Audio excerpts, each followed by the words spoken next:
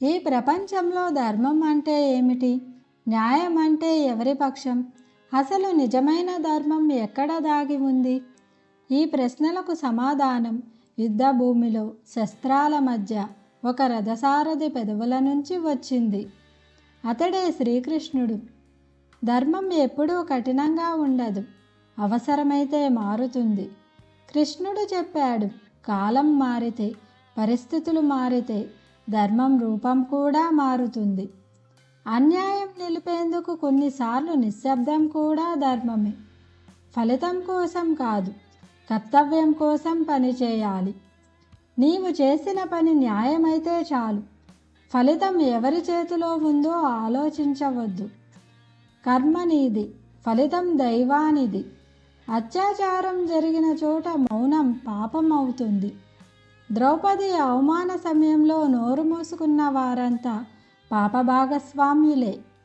ధర్మం అంటే కేవలం మంచిగా ఉండటం కాదు, చెడ్డదాన్ని ఎదిరించడమే. అన్యాయానికి ఎదురైనప్పుడు సామ్యత కాదు, స్థైర్యం అవసరం. కృష్ణుడు శాంతి కోరాడు, కానీ అవసరమైనప్పుడు యుద్ధానికి సిద్ధమయ్యాడు. అది క్రూరత కాదు, అది ధర్మరక్షణ.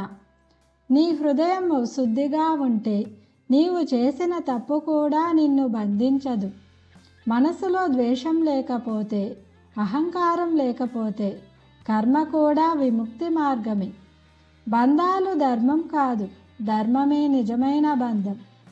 రక్త సంబంధం ఉన్న అన్యాయం చేస్తే వదిలిపెట్టాలి. కృష్ణుడు కౌరవులను వదిలి పాండవుల పక్షాన నిలిచిన కారణం ఇదే. నీ శక్తిని దాచవద్దు, అది ధర్మానికి ఉపయోగపడితే. విశ్వరూపం చూపిన కృష్ణుడు ఇది యుద్ధం కాదు అని చెప్పలేదు, ఇది అహంకారానికి ధర్మం ఇచ్చిన హెచ్చరిక. కృష్ణుడు చెప్పిన ధర్మం పుస్తకాల్లో ఉండేది కాదు, మన నిజ జీవితంలో ప్రతిరోజు ఎదురయ్యే నిర్ణయాల్లో దాగి ఉంటుంది. ఈరోజు నీ మనసును అడుగు, నేను ధర్మం వైపే ఉన్నానా అని. మా వీడియో కనుక నచ్చినట్లయితే లైక్ చేసి, షేర్ చేసి, సబ్స్క్రైబ్ చేయండి. Please subscribe my channel.